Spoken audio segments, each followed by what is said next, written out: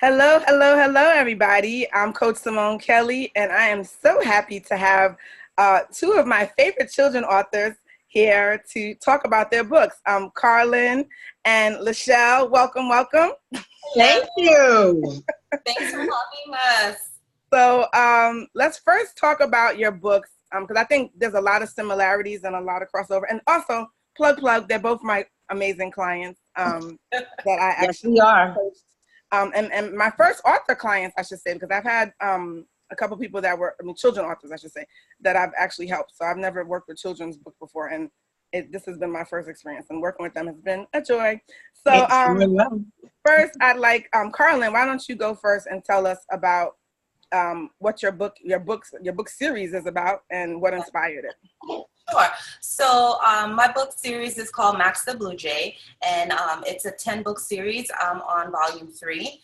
And the book is 10 books? Yeah, I didn't even know that. Yeah, 10 books. I want to be 10 books, but I'm up to 3 right now. Okay. And each book deals with like a social issue that children face on a daily basis. The first one dealt with bullying, which is a huge problem today in today's world. And it talks about how, Max is afraid to say anything. And in each book, I try to make the parents the focal point, where he always goes back to his parents for advice to steer him in the right direction, because I think that's also missing. Kids are listening to other kids or to someone else, and kids need to understand that your parents are there, or a parent figure, maybe an aunt, a grandmother, whoever is there to give you advice, good advice. So I kind of play that in the book, where he always goes back to his parents and says, this is what's going on, and they offer a good word of advice. The second book is about him not fitting in school. Mm-hmm. So, kids, they always want to fit in. We live in a society where, I want to look like you want to look like me, and we're losing our own identity. And kids think that if they're unique, if they look a different way, that's wrong. In actuality, we're supposed to be celebrating the uniqueness of everyone. We're not all supposed to look alike, dress alike, be alike. Right. So again, I have him go back to his parents, and his parents says, hey, you're special just the way you are, End of the story, he understands that, and he is confident in who he is. And then the third book deals with how kids tend to shy away from things that they don't know, like other kids that are different. They tend to shy away, get into cliques, and kind of talk about what's different without even really understanding what's going on. So all the kids, it's a bird setting school. So they all come back from summer vacation, and there's a kid that's in a wheelchair, and they don't know why. They don't know his name, but they start making stories up of why he's in the wheelchair, what his name is, what could have happened. And no one is introducing themselves. No one has gone up to the new bird and said, hey, my name is so-and-so, what's yours? Right. So that's the basis of that book. This is so cute. It's almost like a soap opera. Yeah. I'm like, well, what happened to him? Get the bucket, you'll find him. No, but I love it. I love it. And when you first started, I remember and I don't know if it still is, but one of your hashtags was kindness matters, or what was it again? It was be kind. Be kind. Be kind. So, yeah, and it's changed now. So now it's BTFOK, which means be the face of kindness. Nice. Okay. So this whole book, I'm telling you, it just keeps building. Like I started off saying, well, it's a long story, but when I started the book, it was just a pet project between me and my son, and we turned it into an actual book. And now it spawned something else where I want to do like the Be the Face of Kindness movement, meaning that we can all be the face of kindness. We don't need to wait for someone else to be kind. We need to be kind first. Right. And one key thing you forgot to mention is that, or maybe I mentioned it earlier, I don't know, that your son is the illustrator. Yes, he is the illustrator. He is 20 now. Okay, right. Big man. He ain't no big man now, yeah. When we started when we started as a pet project back in 2012, he was 14, 15. Yeah, I remember being younger. So he's really grown. So as his illustrations grown, you can actually see from book 1 to the last book, the growth in the book, which I like too. So. Nice. I love it. Karlin Housen. I just realized I didn't say your last name. Sorry.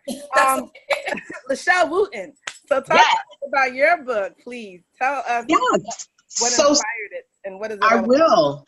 So I have two sons, and when they were younger, one of the things that I was struggling to find was I was finding books with children of color, but I was struggling to find books where boys were the lead characters in those children's books. Right. And the other thing was both of my sons were in grade school at the time. They are now 16 and 19. But they were in grade school, and there were, always discussions between us at the end of the day about these moral decisions that they or their friends were facing amongst themselves in school. Okay. And so I wanted to put together stories about making better decisions by helping them to understand the concept of karma.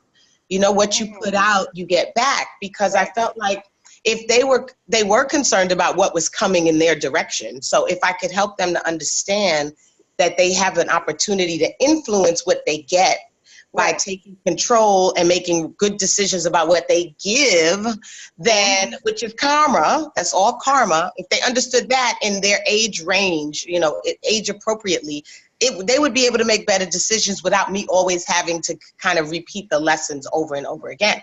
And so that's why I wrote The Sharing Secret. I wrote two books. So there's two books that I've written, Sharing Secret and Good Hands. And so The Sharing Secret features my oldest son, who at the time was, I think, 8 when I wrote it, as the main character. And so he gets the opportunity to go to his family's bakery, which is run by his grandfather, to learn a family secret recipe, which he's excited about. And while he's there to learn this recipe, when it's just him and his grandfather in the bakery, his grandfather's like, well, who are you going to share your cake with when it's done? And he was like, oh, I'm going to give some to my cat and maybe my mother and my father. But he did not mention sharing it with his brother. And so his grandfather was like, well, why aren't you going to share with your brother? And basically, he was like, well, he doesn't know the secret recipe, so I don't think that he should have some of the cake. So his grandfather helped him to learn the concept of giving to others and how that in turn returns to you. And so in the story, you'll see that he actually sort of immediately gets a karmic return once he's made the decision that, when he's going to share this delicious cake that he learned and someone shared this secret with him, he's going to share it with anyone who can come by the house and get some cake. And so it's pretty delightful. It's really beautiful. It's illustrated by a good friend of mine who is from Chicago. Plug that. Oh, yeah. So my good friend, Nathaniel Mary Quinn, he, at the time, he was, I guess, a starving artist when we worked on these books, which was back in 2007. And now he's world renowned. Like, I mean, we're still friends and we still talk, but he's traveling all over the world. His artwork is, I couldn't afford his artwork if I tried.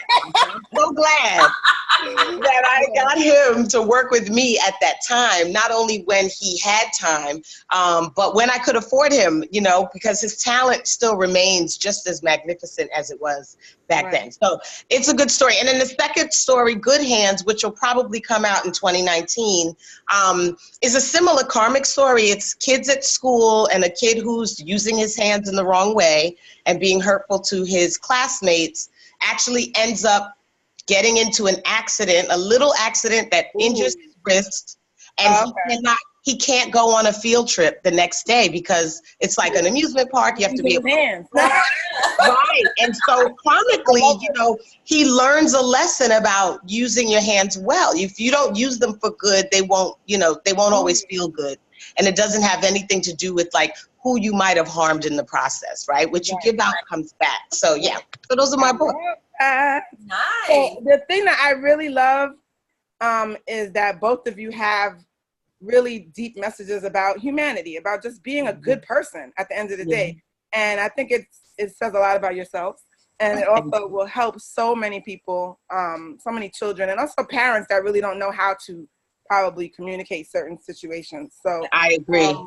Have you seen an impact already? I know you're both pretty, new at it, but can anybody share an experience or, something like a quick story, or maybe a parent said, thank you so much, this helped me? I've seen it. I'm releasing my book for the first time digitally on Amazon this week, the 11th of October. But I released the book, I printed the book when I first put it out in 2007. And so I've gotten a lot of feedback over the years. Parents love the help in sharing and explaining to their children like actual concrete examples of why it's important to make good decisions and to be good to people. Because that's not easy to come up with in a way that you can explain it to a child. You know, we have a lot of adult examples. Right, so I do get a lot of parents who say, oh my gosh, I'm so glad I've never released Good Hands, the second book. So people are chomping at the bit for that one. Yeah, I can't wait. I can't wait for that one. Right, they want, you know, they're like, give me more. Right. You know, they want, give me more examples, you know, give me more examples that I can share that are sort of age appropriate that my child will be able to understand and digest. So that is sort of a good piece of feedback that I've gotten about the books. And also people like books that have little boys as a lead. And also that children of color are the lead. I've gotten a lot of people who say, oh my God, your book made me miss Little Bill. Do you remember Little Bill? I love Little Bill on Nickelodeon. Yeah, he's gone. Yeah. So I get a lot of parents who are like, oh my God, this makes me want Little Bill back. So I get that kind of feedback and it feels good. It's nice to know that, you know, if kids can learn a little bit about how to make good decisions and be kind to one another early on, which my book and Karlin's books are doing, I think that they'll, you know, have a lot easier road to travel in life. Right. Yeah. And for me, I get a lot of feedback from teachers.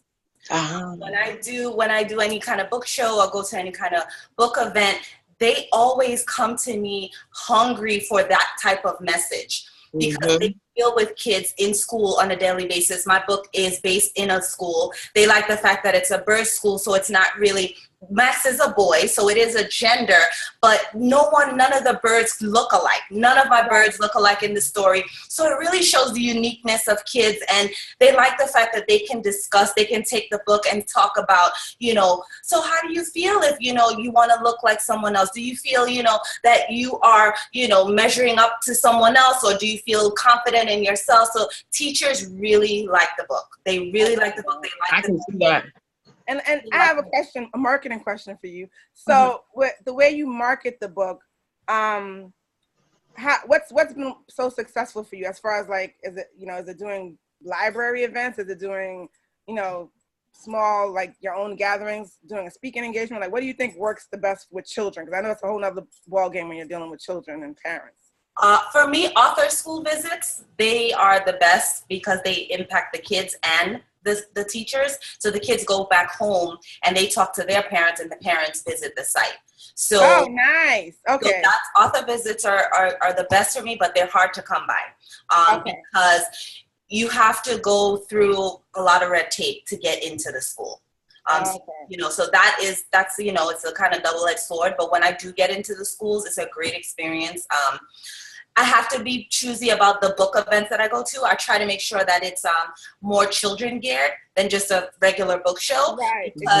Because some, you know, most people that go to book shows, they're just going to either see their author or buy an adult book. If they don't have kids, it really does not, you know, it doesn't relate to them. So definitely, I would say schools for me, and just my little online social media campaigns that I do, that works as well. It's 10 o'clock. That got you to become a bestseller. Thank you. You are amazing. I always, every time someone asks me for a bio, you're always in it. When they ask, you know, what are some things that you have, you know, gained during your journey? And I always say that, you know, Simone, if I can take nothing away else from our time together in coaching, is that you taught me that people want to see you. They want to see yourself.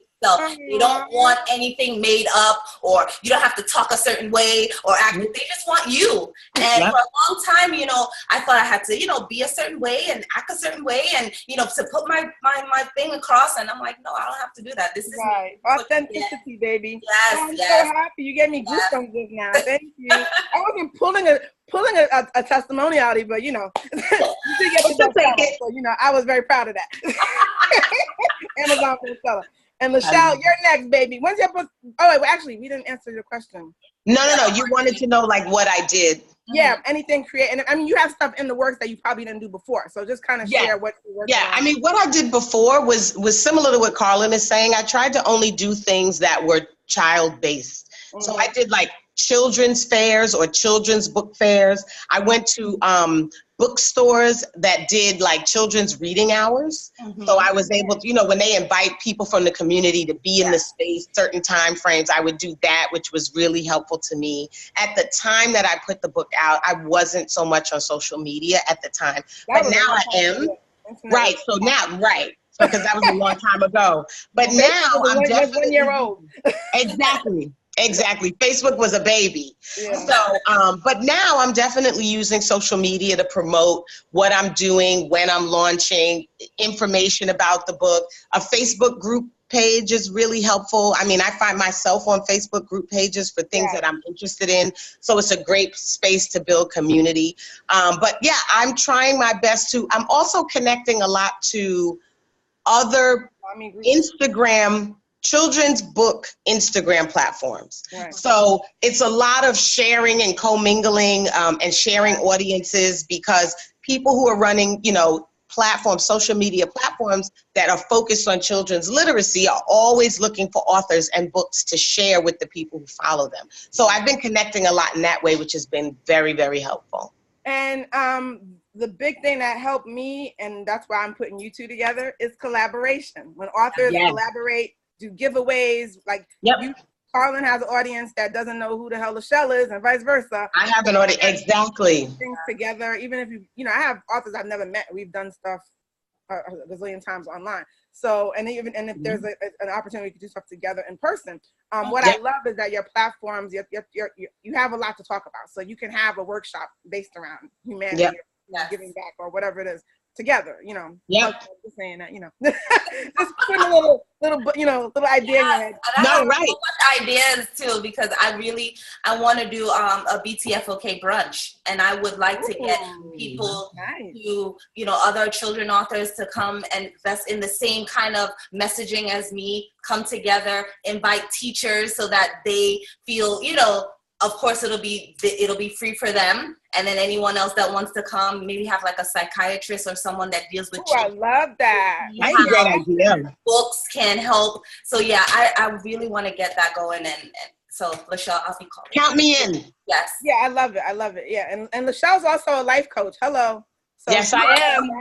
Yes. I'm a life coach, and I really have a strong specialty in parenting. So it's really blends quite well, because I have a lot of advice and guidance that I've gained, one through my own parenting journey, but also through working with families for the last 20 years, that I can share with parents who do want to raise more well-rounded, healthy, happy citizens. We need it. Yeah. So one last question, and then I just want to know how we can purchase your book and all that good stuff.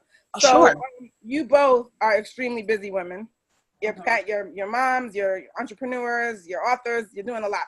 So I'm very big on instilling in people that we need to have an own your power toolbox. So something that you can do to bring back to yourself, to remember who you are, to create some stillness if you can. And for me, I love yoga, I love meditation, I love journaling, I love doing things of that nature to connect with myself. Because sometimes especially when you're moms, I can't relate. I'm a cat mom, so that doesn't count. But you forget about yourself. Everything is the parents, the husband, the boyfriend, whatever. I mean, the kids, excuse me, not the parents. The kids and everybody else, and you put yourself last. So what do you guys do? Give me one thing that you do, maybe on a weekly basis, monthly basis, to kind of give back to yourself and own your power again. Well, go ahead, Karlin. No, you go ahead. I'll go after. One thing that I do, I always get a manicure and a pedicure. And that's a monthly thing. But there's a daily thing that I do. I make sure to really clear my mind by watching something on television that I enjoy, even if it's 30 minutes at the end of my day. It kind of makes my brain shut down for everything that I've been working on throughout the day.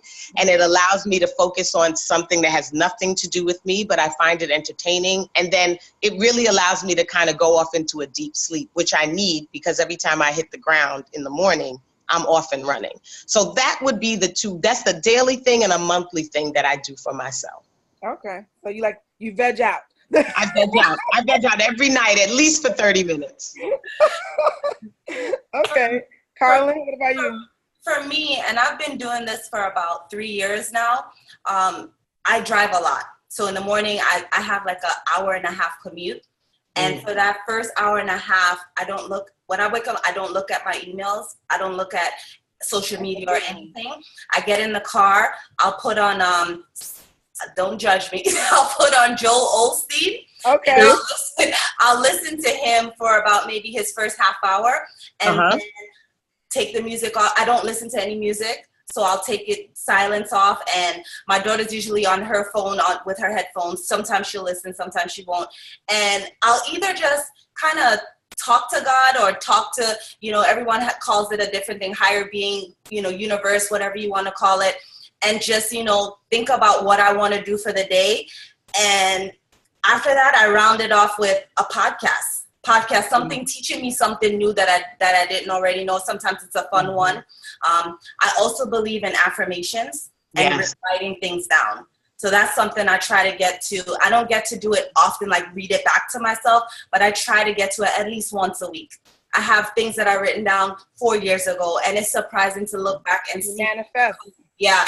And it always blows my mind that I look back and I'm like, I did that. That happened. That's why I love journaling so much. Yeah, it is really key. I do vision boarding. That's exactly I always say to people. Oh, sorry. Go ahead, LaShell. No, I was saying, you said you love journaling. That's why I love vision boarding. It's the same concept. And you're like, holy crap! I really put that car, and I got the car. Yes. No, but one of the things I always tell people that say, "Oh, I don't have any time. I'm like, how much time are you in the car? Yes. And you just said, I said, you have a university on wheels. We have YouTube now. There's no reason we should have some dum-dums walking around. You can learn how to do everything. You sure can. I read that book recently. Someone on a podcast was saying about it, and I don't get to sit down and read, but like you said, it's YouTube. Audio book. The book Alchemy. I was like, I want to read it, and it's a 2-hour-long book. It took me 3 days in the car, and I read it. Look at that. Bomb, read. Fantastic. So yeah. So you ladies have been amazing. I hope that we've inspired some new children's authors or authors in general. I hope so. We need as many as we can get. Yes. So just drop your website address so people can purchase your book, support you, join your mailing list, and share the love. So Karlin, you want to go first? Sure. So my book, you can find it on my website, brooklynpublishing.com. You just go to shop, and there's also a link to sign up, and you'll be able to join my Be Kind friend list. And then you can also find it on amazon.com. We have 3 volumes: Max the Blue Jay's Not Having a Good Day, Max the Blue Jay's Not Fitting In, and Max the Blue Jay Finds a New Friend. And Karlin, spell your last name for everybody. Housen, Housen. Wonderful. LaShell? So for my book, my website is thesharingsecret.com, which is the name of the book, but you can find everything that I'm doing, including the book, on my website, which is LaShellWooten.com, WOOTEN, and LaShell is LASHELL. And my book will be released this Thursday, October 11th. On Amazon, so you can find it on Amazon, The Sharing Secret. And you can join any mailing list on either one of those 2 sites, and it'll keep you abreast of where I'll be. I'll be doing a launching event on October 21st for the book at a place called Grandma's Place in Harlem in New York City. So if anyone's in the city, they can come by. I'll have more about the details on my sites. But that's how you can find me. And I appreciate anyone who wants to reach out, ask me a question, give me comments, give me ideas about where to go. If I'm going to do a small book tour, so I'm looking for suggestions of places to go. And Karlin can definitely give you some pointers too, because she did a lot in New York as well. Yeah. So you guys, that's why I said it's so good to collaborate, because I have a lot of author friends that I might be skilled in marketing and social media, and they might not ever do any of those things. They might not know anything, but they know loads about how to get into the libraries. Right. It's all about collaboration and helping one another. I just think it's so key. And I thank you guys for being. Thanks for having us, Simone. And my amazing clients. Thank you. And listen, when is your next book coming out? Because Like a Fly on the Wall was amazing. I read that book in 2 nights. I was so tired, but I just had to get to the end. Thank you. It's completed, actually. I'm just waiting for the edits to come back, so I'm very excited about that. Nice. So am I. Whispers from the past, but it might change, so we don't know. But All right. I'm ready. I'm here for it when it's here. Oh, yes. So, all right, guys. Well, thanks again and have a wonderful day. And You too. I will talk to you all soon. Take care, Karlin. All right, You too, bye. LaShell. We'll be in touch. Okay. Bye.